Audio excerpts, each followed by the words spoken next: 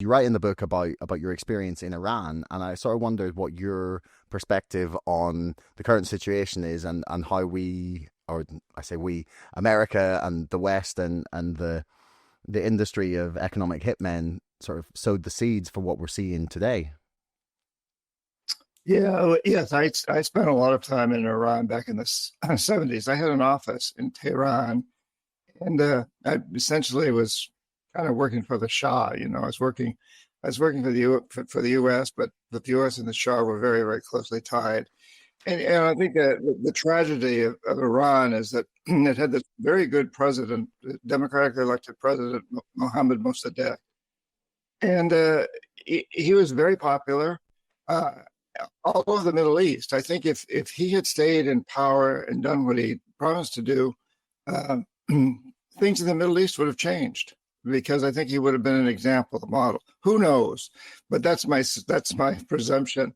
But because he decided to force the international oil companies, primarily what became British Petroleum, BP now, to share a decent portion of their profits with the Iranian people, the profits they made in Iran with Iranian people, and they refused, he then threatened to nationalize them. And as a result, the United States and England were very upset.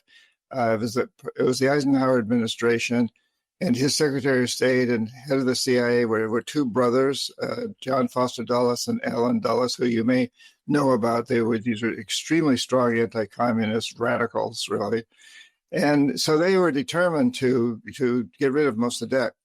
But there was a fear that sending in troops or even, having an overt kind of coup, like what we'd done in places like Guatemala and more recently Panama and Honduras, could generate a war with Russia, the Soviet Union, which Iran is on the border. So there was this fear of the Soviet Union. This is the high point of the Cold War, really.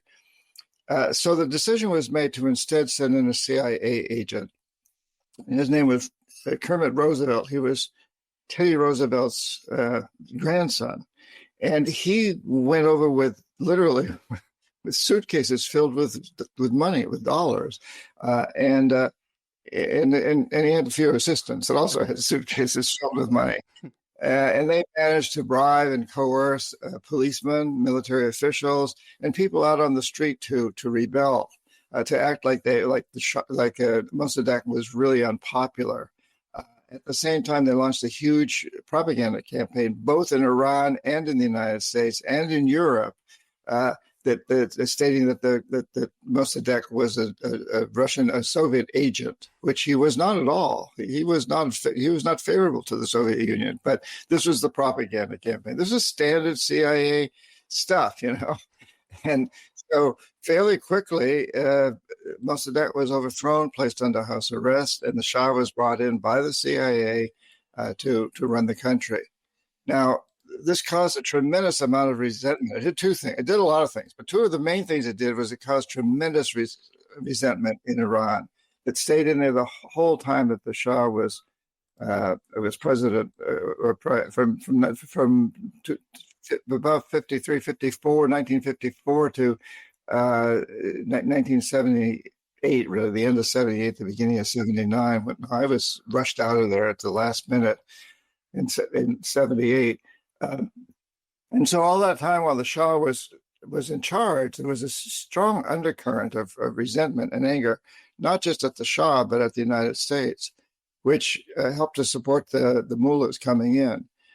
So I think this whole process did a couple of things. It got rid of a very good president, replaced him with a despot, a brutal despot who used Savak, his secret service, very brutally to put down any opposition, and it created a lot of resentment of the United States, which is still there today. And one of my fears, Josh, with this, what the United States just did with these bombers. Dropping bombs, these huge bombs, is that this is really going to unify the Iranian people, because I think there was a lot of now a strong undercurrent against the mullahs. from people I know in Iran, from from the messages I get. There was a large undertow of undercurrent of resentment, and something like this is likely to unify the people, because Iranians are very nationalistic. They love their country, and so if there's any threat of an outside attack, they'll circle. They tend to circle around the leader, even if they don't like the leader. And they did that with the Shah when Iran went to war with Iraq, and other times, even though they didn't like the Shah, they wanted the country to be unified. So I think there's a fear here that this may be something we've generated as a much stronger mullah dictatorship in Iran. I don't know. It remains to be seen. I mean, of course, the other possibility is that that there'll be a rebellion against the mullah, and there will be a regime change. That's a possibility too. We'll have to wait and see. But it was certainly a very high risk movement on the part of the Trump administration. And I just heard this morning an analysis from some experts on such things that looked at photographs, satellite photographs, and they don't believe that the nuclear capability of Iran was wiped out. Again, I have no idea myself, but that would be really tragic if all this was done, and to no real avail except to piss off the Iranians and many others around the world that see this as an aggressive act in the U.S.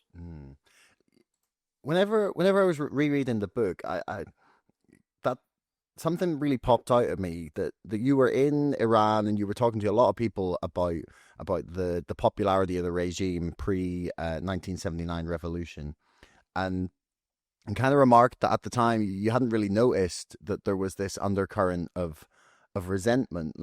Do you think that was because people were unwilling to share their thoughts with you, or were you mixing with the wrong kind of people? Both. People were afraid to share their thoughts, certainly, and people. And I didn't speak Farsi, and so many people, including a lot of the CIA personnel, there were some that spoke Farsi fluently, but the majority of all the expats did not. There were a lot of expats in Iran, mainly Americans, but a lot of British too, and French, building all these great, infrastructure projects that the Shah wanted, and using those as a way. So in Iran, unlike in some of the other places where I worked, the goal was not to put Iran deep into debt, because Iran had oil, so they didn't have to borrow money to build these things. The goal was to keep them out of the Soviet sphere of influence, and also get their oil. And so there were tremendous numbers of expats there, and very few of them spoke Farsi. So all the information I get, even when I talk to high government officials, the conversations were usually in Farsi. And so the information I got came through an interpreter who worked for the Shah. In essence, I mean, he didn't report directly to the Shah, but he was a Shah's man, and those interpreters had their marching orders, which never really occurred to me at the time. I was naive about that, and I think many people were. We thought there was a good. We thought we understood what was going on. We didn't, And I've since learned, I speak Spanish fluently, and when I go to Latin America, I can really determine what's going on. What are the stories behind the stories? Because I can go out on the street and talk to people. Taxi drivers can tell you an awful lot if you speak the language, or you meet with people, even sometimes clandestinely, to get information. But you don't need to run through a translator or an interpreter, which we did in Iran. Good news, everyone. My book about GameStop, the craziest story ever told, is now finished. Well, almost. Still waiting for the final draft. So, in the meantime, I think you should look at pre-ordering it or any one of the multiple fantastic, beautiful t-shirts that I have designed in order to sell with the book. Thank you, everyone, for your patience over the last few years while I have been finishing it very slowly.